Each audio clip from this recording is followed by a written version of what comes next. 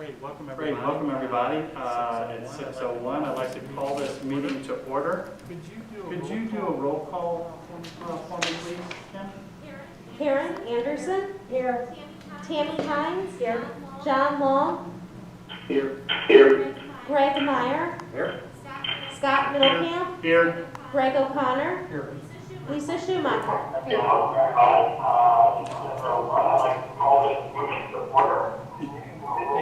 Hey, Jeff. Hey, John, could you, we're getting some feedback from you. Could you either use headset or turn it down a little bit? Yeah, it should be good. Okay, There's cool. nothing in the background. It was just a It's just a repeat of what we said, so. thanks. Okay, thanks. On to welcome visitors. We have a visitor here, but welcome. Thank you very much, and welcome for those of you that are tuned in via online. Public comments. Public comments? Anybody? Anybody wish to make a public comment? Seeing none, moving on. On to item four. Items for action. Item A is return to school. Do you want to address that? Yeah, we met last month at our board meeting, the morning of our board meeting. We have a subcommittee consisting of parents, teachers, administration, Board of Education, and our county health administrator, John Wagner. And we had recommended that we would have this special board meeting because we were thinking this would be a good time for us to be able to make a recommendation for a final move. We were looking at what's going on with the quarantines and we weren't quite ready last month. We were looking ahead. Since that time, the number of students being quarantined has increased. We've had significant numbers at the high school and at Eagle View, and we, due to map testing, kind of sidestepped an issue at the middle school as far as having to quarantine large numbers of students. This isn't assisted with our regional numbers. The state may force our hand. I do want the community to know that unless the state directs us, unless the health department tells us, we will not be moving backwards. Our goal is to move forwards, to get more students in. But right now, Mr. Wagner does not recommend a expansion based on the regional numbers, based on our more local numbers, just looking at the state and with the holidays coming up. We had a long discussion in this committee meeting, and I'll let the two committee members talk more about that. But coming out of it, what we did decide is by the next November 18th board meeting, we need to have a plan to support, after identifying all of the struggling students, the middle school and high school students that are struggling, do it from the social anxiety that they have or just not doing their work. We need to identify them and come up with a plan on how to address those needs for the rest of this time period. We need to look at remote learning at the elementaries. What would our staffing needs be at the elementaries to be able to allow us to have a remote instructor so that our teachers could go longer days without having to do remote instruction? We also talked a lot about the block schedule at the middle school and high school. When we had looked at it, there's some pros and cons to it, but with the incidents of somebody getting sick and they looked at 48 hours, the block alternating days with morning classes this day, afternoon classes that day, you don't get any advantages on the quarantine. Mrs. Hines actually came up with a block schedule where we go to morning classes on Monday and Tuesday, Wednesday would be an asynchronous day, and Thursday and Friday would be the afternoon classes. That would sidestep a lot of the quarantine issues. And so we're going to look more into that. Those are kind of three action items we came with out of that. Mr. Wagner was clear that right now our numbers are getting worse. We are able to quarantine or exclude from school. Technically, the health department is who quarantines. We can exclude from school any student that has been in close contact. Given our numbers right now, our exclusions are increasing, and if we brought back more kids, we would be probably doubling those numbers. And so there's a lot of schools that are back in and they're closing down, only to then open and then close down. And so we talked about the ins and outs of that. Right now we feel like with the holidays coming up, next semester would be probably the next time for a change. Ms. Hines, Mr. Meyer, is there anything I missed?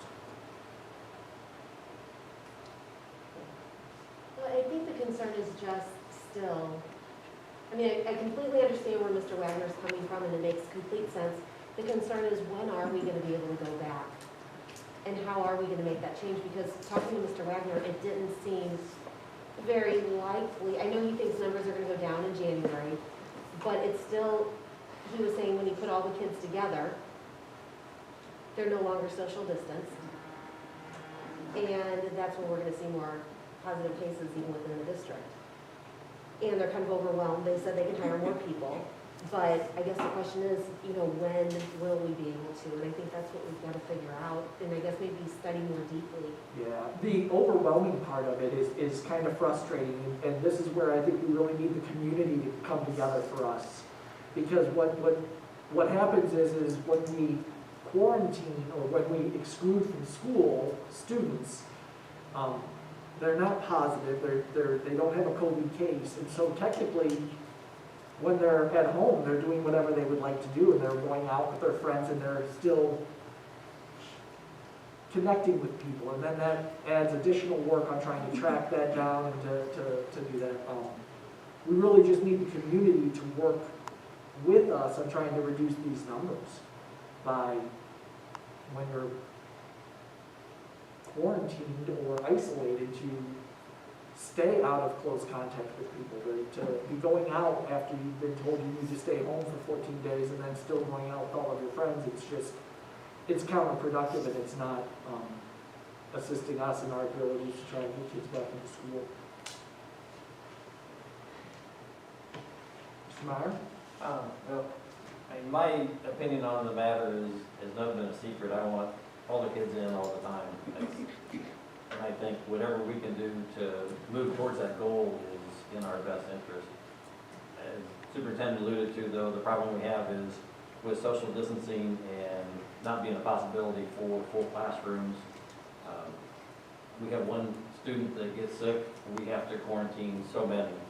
And the problem is it multiplies. And then, you know, there's a delicate balance where the kids that have the possible exposure are doing social gatherings and getting further exposure, which again compounds the problem in the school, but that's offset by they have these emotional needs that they have to grow and develop and make friendships. I mean, it's a double-edged sword, and unfortunately there's no good answer for it. But I think the biggest problem that I can't find a solution to is, once we do get positive cases, is how many people we have to quarantine, or we're losing classrooms, especially in the high school level, and when they move from one class to another, you're exposing so many people, and the possibility right now is far more people would be isolated from school than attending. And then what do you do with those people while they're isolated? Do you not give them any education for an entire 14 days, which is definitely not in the best interest of any kid?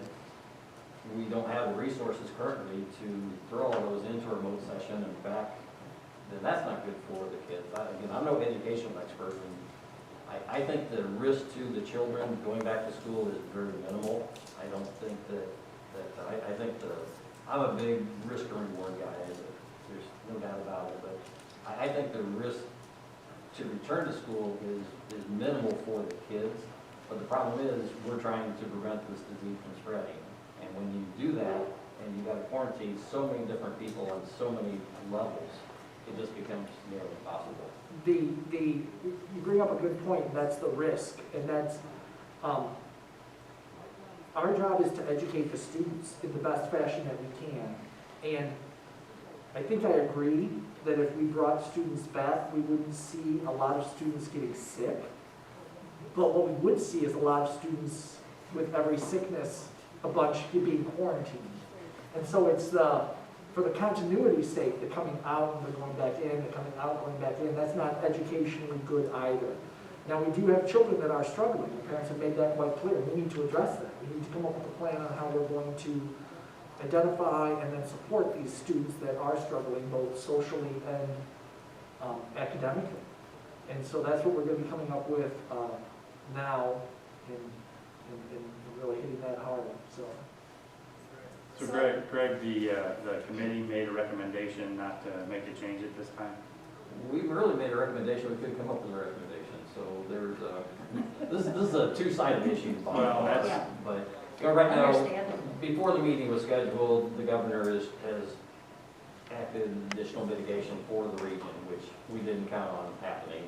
Before, the health director was pretty much saying, hey, you know, they were following the Waterloo epidemic, which he did say that there was, of the 60 kids quarantined, none of them came down with it. So that was very, very positive on that thing. So we were kind of all poised to, hey, this is a go, I think we can do it. That was my attitude coming in, then all of a sudden we come in and say, you know, we didn't anticipate the quarantine issue. The number of kids that we've had to quarantine in the last 2 weeks, and then with it's gone with the numbers in the region. As the numbers in the region have gone up, we've had to quarantine a lot more kids. And that just needs to turn back and come down. And Mr. Wagner is pretty optimistic that in January, that will drop back down. He believes that there'll be a vaccine for first responders at that time, to which that'll really start to progress forward in us getting back into a more normal situation. So right now what we want to do is we want to focus in on how to support the struggling students. And then in January, I'm hoping that we will come back to the next phase, which is we were looking at an all-in, like with K-5 right now, all-in, it would be a kindergarten through 12 all-in. There's been some discussion about maybe going kindergarten through 8, and then 9, 12 followed by that. We discussed that a little bit last time we met. And again, we were very optimistic that things were looking like we could be able to get back in. But in the last few weeks since our last board meeting, they really have taken a turn. So Well, another thing we had to take into consideration too is the Thanksgiving holiday, where it's anticipated that we're gonna have a peak around Thanksgiving time. So if we go back in right before that, are we kind of shooting ourselves in the foot where we might be better off waiting just a little bit longer, addressing the concern? My big thing too is I want to make sure that we're moving towards this goal all the time. I don't want to just sit back and say, hey, we're going to see what happens and let go. You know, if we're not going to put them back in, let's work on our plans and procedures and policies to make it happen. You know, how are we going to handle these people on remote? Are they going to get different teachers? Different teachers or different teacher are teaching at different points, I guess, in the program. So how do you synchronize those to make it? There's just a lot of logistics that this is not, in my opinion, is not board. It's not up to the board. I'm not an educational expert. I'm not going to speak for anybody else, but I said during the meeting, I said, you know, let's get rid of music and PE, and boy, it was overwhelming. Hey, you don't know what you're talking about. We need those. That's important to the things. Again, I'm not an educator. You know, I'm looking at more of a social and, you know, the big picture, not just the individual things. So, you know, I definitely defer the educational decisions to the administrator, which I think we have a great administration team, and we have a great set of teachers. And it's just. And I'm comfortable with the educational plan. We just need to make sure that we follow the health department's recommendations as well as far as safety. Mr. McCartney? Yeah, I want to clarify my understanding on one minor detail. We've got students that have gone full remote, right? Yes. In all of it. So we have full remote instruction going on. So when somebody that's in school has to isolate, They're still getting the instruction remotely.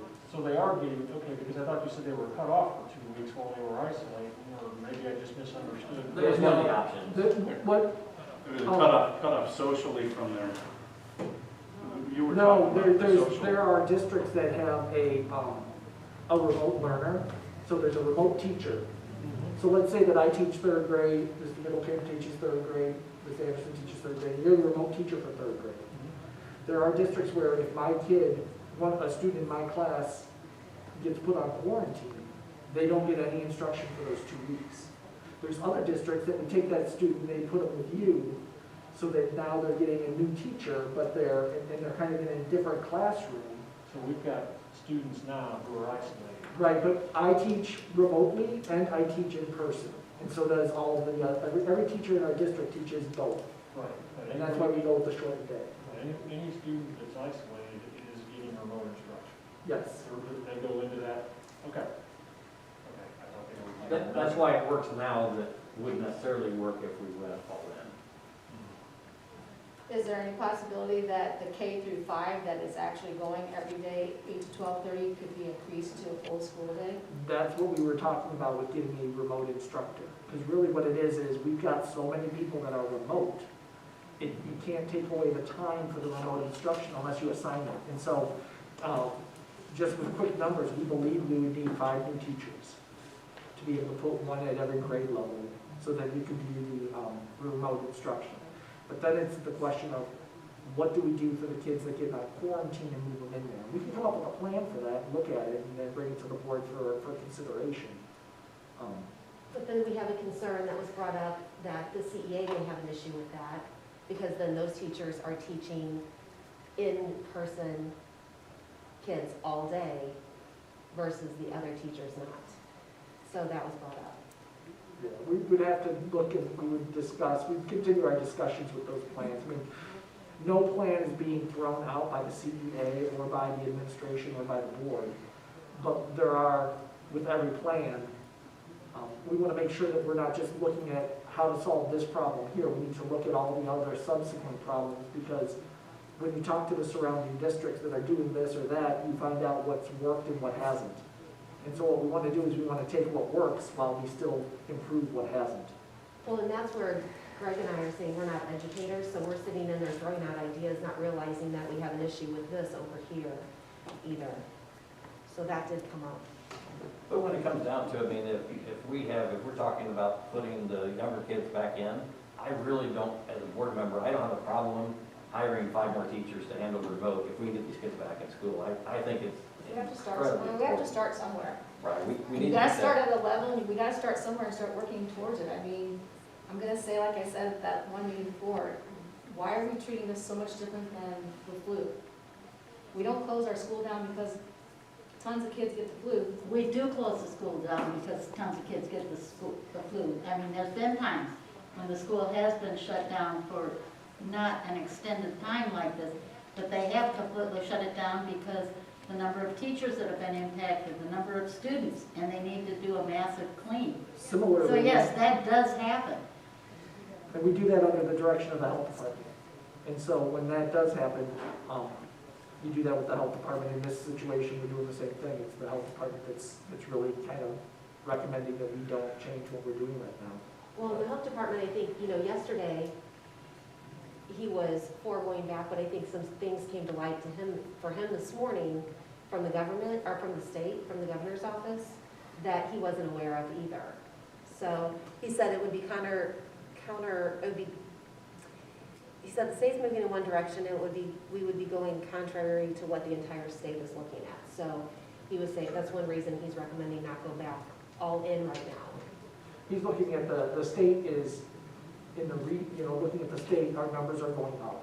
In our region, our numbers are going up.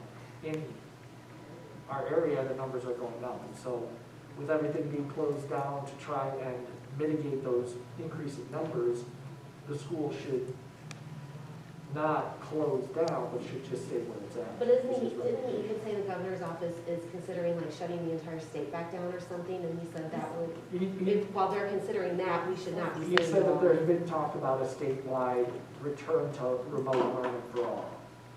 Okay, I missed that And part. that's where we would need to, because he didn't, because I even said, but that's different than what we had in March, because we had an order that everybody was supposed to stay at home. And he said, no, this would be a move to a remote learning, and if that happens, the teachers would be able to come into the schools, they'd still be able to teach, but everybody would have to be remote. Okay, I misunderstood. And I want to be very, very clear on this. For us to move backwards and become all remote, it would take a proclamation from the state or the health department saying that we have to do that. It is not our desire to do that in the least. We're trying to move in the other direction. The good news is that we're not finding positive transmissions between kid to kid at the higher levels, but they may have had it at one of the lower levels. There are 3 kids in one class, but at the higher levels they're not. So if the kids are having their masks on, it seems to be working, but they're getting it outside of the school. The kids that are being, it's hard to say if they're getting it in school or not, because when they're outside of the school, they're still having contact without masks on. And so the assumption is they're getting it outside of school. So, but it's really hard to tell when people are not following the recommendations of their isolation. So in talking in the committee, and, you know, we throw around these words calling all in and all this kind of thing. All in means what? All in would be every student in the school for a shortened period every day. Every student, so 0 remote. No, you would still have remote instruction. I think that needs, I think that needs to be clear for everybody, because when you say all in, some folks think, okay, we're taking away remote, you're going back in, and I understand that we need to have remote so those kids that are coming out and things like that, but is that still an option that would be on the table for those folks that didn't want to send their kids today? Because we have like until the state 12 to 10, 12%, I don't know how many kids are. There's 233 remote, unless this number's changed since last week. That number has changed since last week. Every time we send out a letter stating that we've had a quarantine situation, we get a handful, if not a couple handfuls of families that are saying, you know what, I'm just gonna go all remote. So, But I think with Mr. Wagner's recommendation of staying where we are, what we then started talking about is what can we do, because we know that there are issues, like kids are having issues, families are having issues. What can we now do to address those issues, to make what we're doing better for those that are having struggles? Whether it's failing, they may not be failing because we're talking about struggling students. It may not be failing students, but those who are just, their grades have gone down or they're socially, emotionally struggling, we've got to address that better than what we're doing now. So that's really what we ended up discussing at the end, was these are things that we're going to do. I don't know if you want to get into those specifically or not, or, I mean, there were just those 3 areas. You know, so I think that's where we have to go at this point, because I feel like we don't really have many other options, is let's make it the best that we can. Mm-hmm. Well, and I would leave that, as Greg said, I'm no educator, so I would leave that up to you all to work on those things and get that. That's not a board decision, it's just recognizing that, and I know the administration and teachers have recognized there are issues and need to address those, so. And that may be us hiring more, we're going to have to hire more people to make that happen, I think. And that's fine. And that would be our role, is to Right. say, go and do it. Right. So what we would need is the recommendation of what you need Yep. to make this happen and to be productive for the kids. If we need to hire more counselors to be more able to have more one-on-ones with the kids and to have more contact with them where they can either meet virtually or, you know, spend more time with them. So, you know, along with instruction, we may need to really look at those specialties. Did you discuss anything about what you said last week about a remote co-op? Like sharing with other districts or No, we anything did like not that? discuss that. It's still it's been kind of discussed around. We've got co-ops with the surrounding districts for vocational development, for some alternate education, and you know, we have to look at that. The hard part there is that the curriculum in all the districts is different, and so really what you'd be doing at that point is saying a remote instructor would be leaving Columbia, so to speak, and entering this other entity. And so the moral question there is, you know, are we here for the in-person students, or are we here for the remote students, or are we here for all students? All students. All students. Yeah, and so it's Well, you know, I'm glad Scott actually asked the question earlier, what is all in? To me, all in is back to full-time, just like we were. I mean, to me, all in is not reduced days, it's full days, quality education, and, you know, what I really,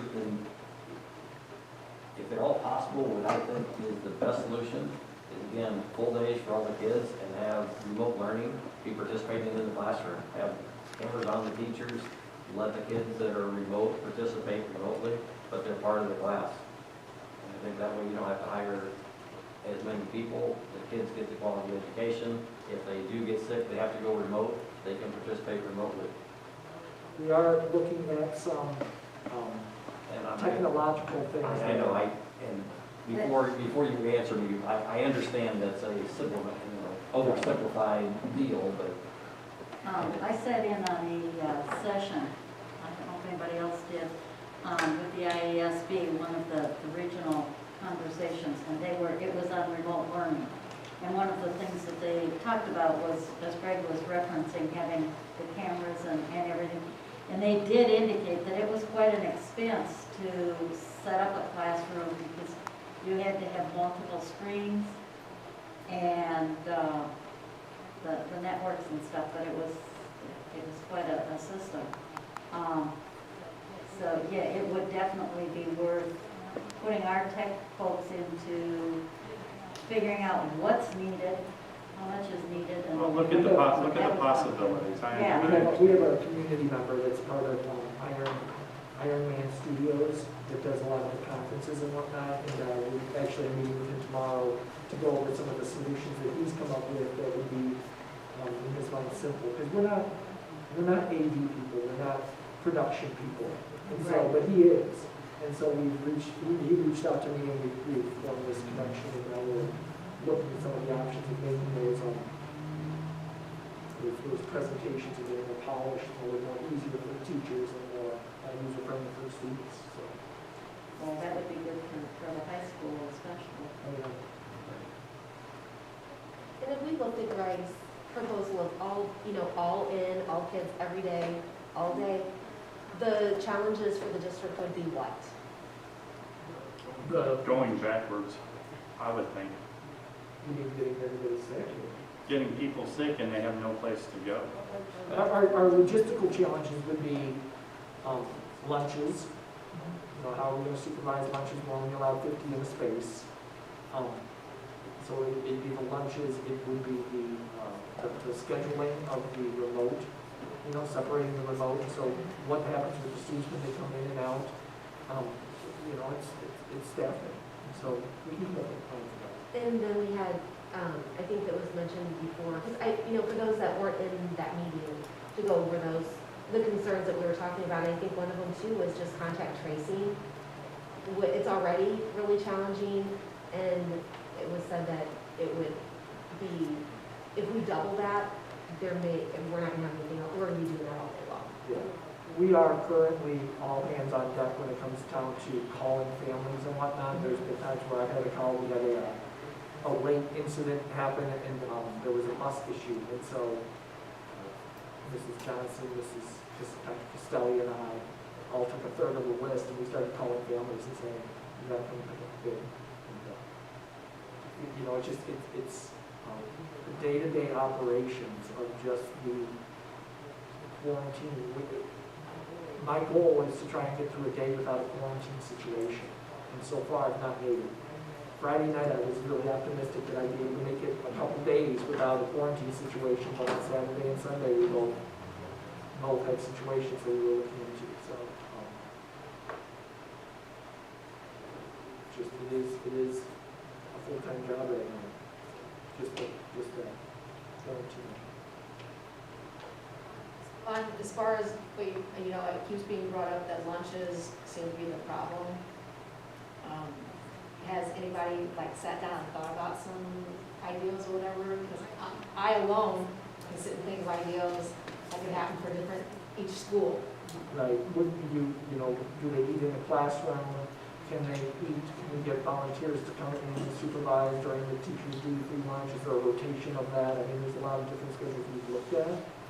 But right now, expanding the day, because you do need to have that remote instructional time, so unless you fix the remote instructional time, expanding the day an hour is pretty much the most we could probably expand it, and that would be taken up by lunches. And so the committee's been pretty clear, adding that extra hour, which we just include lunches, would not be a good solution. What we've got to do is fix that remote issue first, so that the teachers don't have to do the remote time, and that would allow us to go back to the full day. So, And that's actually what you're gonna be looking into, I think, right? Yes. Fixing the remote time.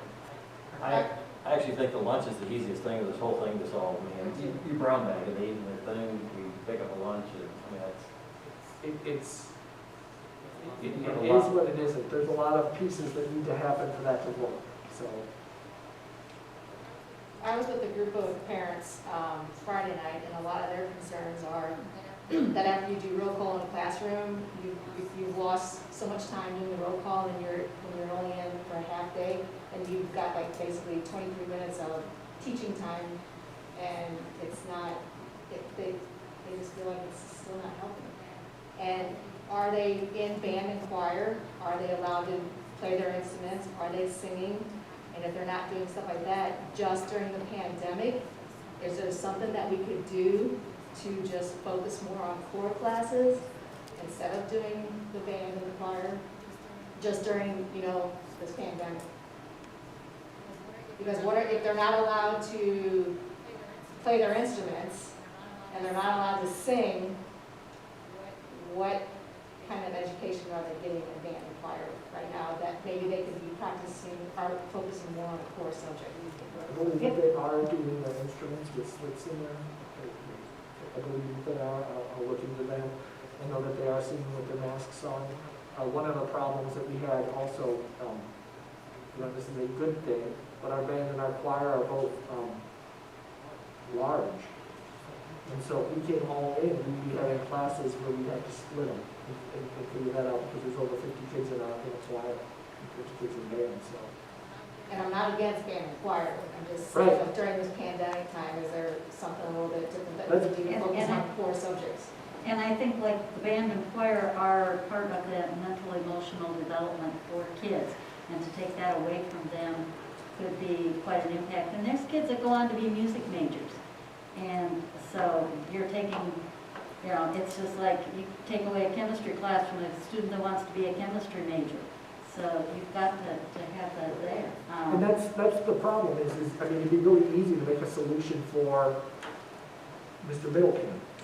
But they're not all Mr. Middletons. Every child's individual, and you want to try and reach that child, that family, and spark what's necessary while still getting the foundational things as well. So.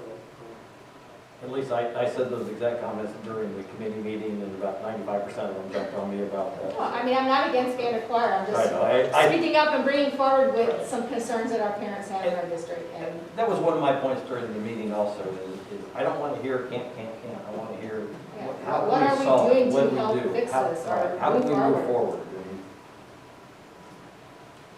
I don't feel like we're that much different now than what we were our last board meeting when we discussed the return to school. I think at the last board meeting, I was anticipating that at this time we'd be able to go with more students in. And then the announcement came from the governor on Monday, and as we went through the week, I could see this whole thing crumbling before us. So I was really fearful that his push was going to be to push us backwards, and that would be not the direction I would want to go at all. And I think that being able to stay stable where we are is basically a small step forward. Mr. Hines, Mrs. Hines and Mr. Meyer, when I left the committee meeting last month, I was almost positive that we would be making the recommendation to return to school today. And For 6 through 12, 6 through 12. and still have remote learning. And still have remote learning. Have Yes. out of the hybrid for 6 through 12, but still have remote learning available for folks and for From 8 o'clock till 12. those kids that are quarantined, yeah. That was what we had agreed was being the next step. Yeah, and we're talking about, and yeah, I'd love to have everybody in and things like that, but those are some of, we need to take these incremental steps to get there and see how this works. Mr. Wagner was optimistic about that as well. He said, I don't see an issue with that, but our numbers change. Right, and I can understand where the committee couldn't come up with I shouldn't say couldn't, didn't have a solid recommendation because there's so many different folks in there from so many different perspectives and things like that, that for us to go back and take a look at what the health department's recommendation is, it stands a solid recommendation from a committee. So I think that's kind of where we are today. exploring all the possibilities. You guys have put out a lot of good ideas. I think that administration's looking at different things too. Looking outside these four walls, meaning these four walls of the district, at what some of the other districts are doing, not just in this area, but maybe across the river and those kinds of things.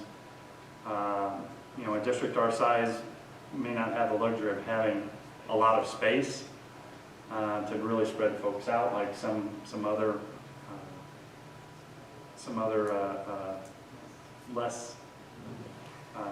lesser enrollment places with large buildings and things like that. So at this point, it sounds like we're not going to make any change unless somebody would like to make a recommendation or make a motion to make a change tonight. And we would open up the floor to the board members if they would like to make a motion to make a change this evening. If not, we would still be moving, and it's not just the same. It's always looking for improvements and looking for that next step and what we can do better. So. And Scott, can I say something to you? Sure. We have gotten so many letters from parents, and the struggle for these kids is it's emotional because it's hard because these are kids. The struggle is so real for these kids and parents too. But the kids, and if I know all of us want to do what's best for the kids, and that's give them back. But we can't go against the recommendations of the health department. But I want parents to know too, we hear you, we understand. I guess, we understand it to a point. Mm-hmm. We're not the kid. But gosh, I feel for those kids so bad. It just stinks to be a kid right now. Yep. No, totally agree. I mean, that's, turn back time if we could, right? I was just looking at the calendar, November 18th is 3 weeks out. I was thinking, didn't want to go beyond 3 weeks before we sat down and discussed this again. I think that's really important, that When does the second quarter end? not till December, I believe. It's a semester. It's a semester. So it's Be right at, it's Christmas break. Christmas break. December 22nd. December 22nd. Yeah, and our next board meeting is the 18th, correct? Yeah, and that would be 3 weeks out. And at that board meeting, the plan is to have a recommendation there that we've worked on as a subcommittee of the association and the administration to look at, be able to update you with what we've done to identify and support the struggling, and then also have the, any staffing needs, look into the models of that. Mhm. Mr. O'Connor? Maybe just, I hate to state the obvious, the one thing I think we've all observed through this whole situation is that it's going to continue to be fluid, dynamic, changing, and full compliments and kudos to the administration for staying on top of it and doing the absolute best you can, and trust that team to do their work, continue to do work, and come back and give us the recommendations that we can enact on. It's been a good discussion here this evening. There's really nothing that I see that we can do to, moving forward in the way of action. I'd also like to add that John Wagner's done a great job in the county, and his last words leaving the meeting today was, if anything changes, I will call. Because it is a fluid and dynamic situation, so. Yeah. And administration and the faculty and staff, the teachers, everybody else. I mean, everybody's just, they've had to turn on a dime and do different things and make concessions and make things happen, and we do appreciate that. I want to make a point of clarification and kind of tag on to what Greg was saying also. When I made my statement, and I don't want to hear can't, it's really not coming from our administration, it's coming from the community as a whole. They've reached their saturation point where they have to notify all these people in the close contact, and it's taxing, and they are overloaded with their current work. And when discussed about going all in, we knew that workload would probably double, and they did step up and say, we're willing to do it. And so that's a big feather in their cap, and I got a lot of respect for our administration and being willing to do the job, and they will do whatever it takes, I think, to to make it happen. It's obviously not on my time frame that I'd like to see, but again, I understand our limitations and February's time frame. Any other questions or comments from the board? Seeing none, I'd entertain a motion to adjourn. Motion by Greg O'Connor, second by? I'll second it. Second by Karen Anderson. Can you do a roll call vote for me, please, Kim? Tammy Hines, Yes? John Long, Yes. Greg Meyer, yes. Scott Middlecamp, Yes. Greg O'Connor, Aye. Lisa Schumacher, Yes. Karen Anderson. Yes. Great. We are adjourned. Thank you very much, everybody.